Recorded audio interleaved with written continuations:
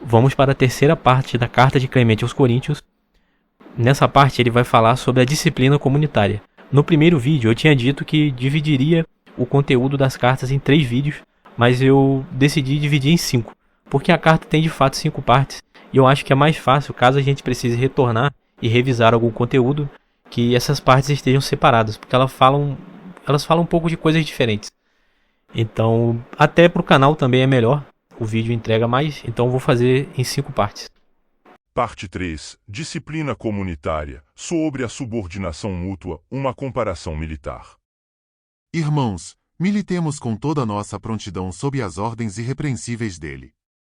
Consideremos os soldados que servem sob as ordens de nossos governantes. Com que disciplina, docilidade e submissão eles executam as funções que lhes são designadas. Nem todos são comandantes, nem chefes de 1000, nem chefes de 100, nem chefes de 50, e assim por diante. Cada um, porém, no seu próprio posto, executa aquilo que lhe é prescrito pelo rei e pelos governantes. O corpo e os membros. Os grandes não podem existir sem os pequenos, nem os pequenos sem os grandes, em tudo há certa mistura, e nisso há uma necessidade. Tomemos o nosso corpo. A cabeça não é nada sem os pés, nem os pés sem a cabeça. Os menores membros do nosso corpo são necessários e úteis ao corpo inteiro, mas todos convivem e têm subordinação mútua para a saúde do corpo inteiro. Conservemos, portanto, todo o nosso corpo em Cristo Jesus, e cada um seja submisso a seu próximo, conforme o dom que lhe foi conferido. Os dons são para servir. O forte cuide do fraco, e o fraco respeite o forte, o rico socorra o pobre, e o pobre agradeça a Deus porque lhe deu alguém para suprir a sua indigência. Que o sábio mostre sua sabedoria, não em palavras, mas em boas obras. Que o humilde não dê testemunho de si mesmo, mas deixe que outro testemunhe em seu favor. Que o puro em seu corpo não se vanglorie disso, pois sabe que é outro quem lhe concede a continência. Reflitamos, portanto, irmãos, sobre a matéria de que fomos feitos, como e quem éramos, quando entramos no mundo, de que túmulo e de que trevas, aquele que nos modelou e criou nos introduziu no mundo que lhe pertence. Ele preparou seus benefícios antes que tivéssemos nascido. Dele recebemos tudo, e tudo lhe devemos agradecer. A ele, a glória pelos séculos dos séculos. Amém. Os ignorantes, os insensatos, os loucos e os grosseiros caçoam e zombam de nós, querendo se exaltar com seus próprios pensamentos. De fato, o que pode fazer o mortal? Qual é a força de quem nasce da terra? Com efeito, está escrito, e não havia nenhuma forma diante dos meus olhos, mas eu ouvia um sopro e uma voz. O que seria? Um mortal poderá ser puro diante do Senhor? O homem poderá ser irrepreensível nas suas obras, quando Deus não confia sequer em seus servos e descobre erros até em seus anjos. Nem mesmo o céu é puro diante dele. O que será, então, dos que moram em casas de argila, entre os quais estamos nós, formados da mesma argila? Ele os esmagou como se esmaga um verme. Entre o amanhecer e a tarde, eles não existem mais. Pereceram, não podendo encontrar auxílio em si próprios. Ele soprou sobre eles, e morreram, porque não tinham sabedoria. Agora, invoca, para ver se alguém te escuta. Verás talvez um dos santos anjos. A ira arruína o insensato e a inveja mata o transviado. Vi insensatos lançarem raízes, mas logo a sua vida foi devorada. Que seus filhos fiquem longe da salvação, sejam desprezados junto às portas dos mais pobres, e não haja ninguém para libertá-los. Os justos comerão o que estava preparado para esses tais, que não serão libertados de seus males. A hierarquia levítica e ordem eclesiástica. A ordem dos levitas. Essas coisas são evidentes para nós, pois descemos às profundidades do conhecimento divino. Devemos fazer com ordem tudo o que o Senhor nos mandou realizar nos tempos determinados. Ele ordenou que as ofertas e as funções litúrgicas fossem realizadas, não ao acaso ou desordenadamente, mas em circunstâncias e horas determinadas.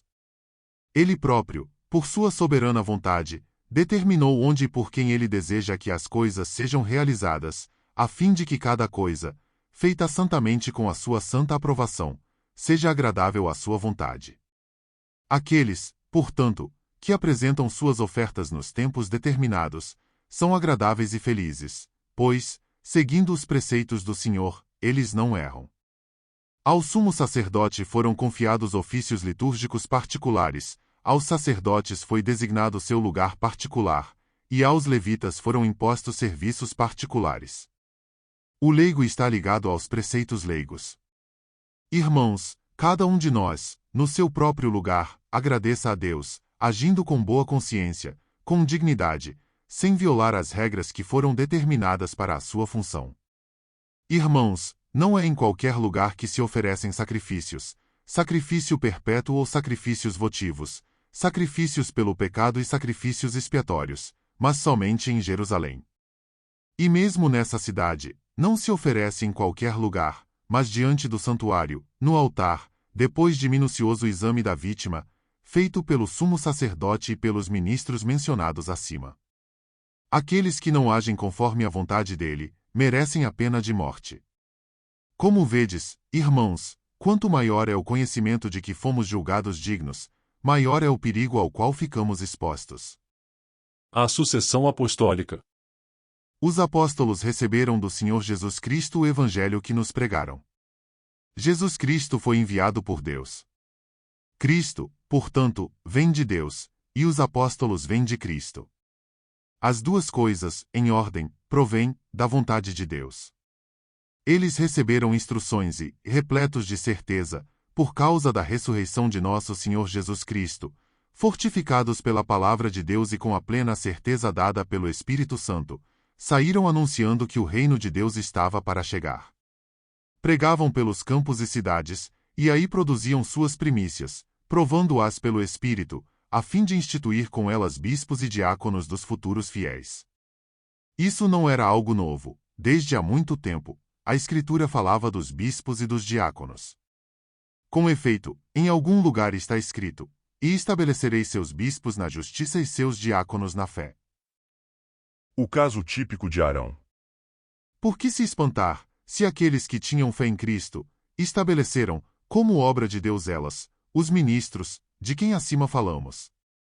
O bem-aventurado Moisés, fiel servidor em toda a casa, também consignou nos livros sagrados tudo o que lhe foi ordenado. Os outros profetas o acompanharam, dando testemunho das normas estabelecidas por ele. Quando apareceu um conflito a respeito do sacerdócio, e as tribos disputavam sobre qual delas seria ornada com o nome glorioso, Moisés ordenou que cada um dos 12 chefes das tribos lhe trouxessem uma vara com o nome de sua tribo nela inscrito. Depois, as tomou e amarrou, selou-as com os anéis dos chefes de tribo, e as colocou na tenda do testemunho, sobre a mesa de Deus. E após fechar a tenda, selou as chaves, da mesma forma que fizera com as varas. Disse então a eles: Ei, irmãos, a tribo cuja vara brotar, é a que Deus escolheu para exercer o sacerdócio e oficiar diante dele. De manhã, convocou todo o Israel, cerca de 600.000 homens, mostrou os selos aos chefes das tribos, abriu a tenda do testemunho, e tirou daí as varas. Verificou-se, então, que a vara de Arão não só tinha brotado, mas também dera fruto. Que achais disso, caríssimos? Será que Moisés não previa que isso iria acontecer? Claro que sim. Ele assim procedeu para que não houvesse em Israel desordem e para que fosse glorificado o nome do Deus único e verdadeiro. A ele, a glória pelos séculos dos séculos. Amém. Bispos e presbíteros. Nossos apóstolos conheciam, da parte do Senhor Jesus Cristo, que haveria disputas por causa da função episcopal. Por esse motivo, prevendo exatamente o futuro, instituíram aqueles de quem falávamos antes, e ordenaram que, por ocasião da morte desses, outros homens provados lhe sucedessem no ministério. Os que foram estabelecidos por eles ou por outros homens eminentes, com a aprovação de toda a Igreja, e que serviram irrepreensivelmente ao rebanho de Cristo, com humildade, calma e dignidade, e que durante muito tempo receberam o testemunho de todos, achamos que não é justo demiti-los de suas funções. Para nós, não seria culpa leve se exonerássemos do episcopado aqueles que apresentaram os dons de maneira irrepreensível e santa. Felizes os presbíteros que percorreram seu caminho e cuja vida terminou de modo fecundo e perfeito. Eles não precisam temer que alguém os afaste do lugar que lhes foi designado. E nós vemos que, apesar da ótima conduta deles, removestes alguns das funções que exerciam de modo irrepreensível e honrado.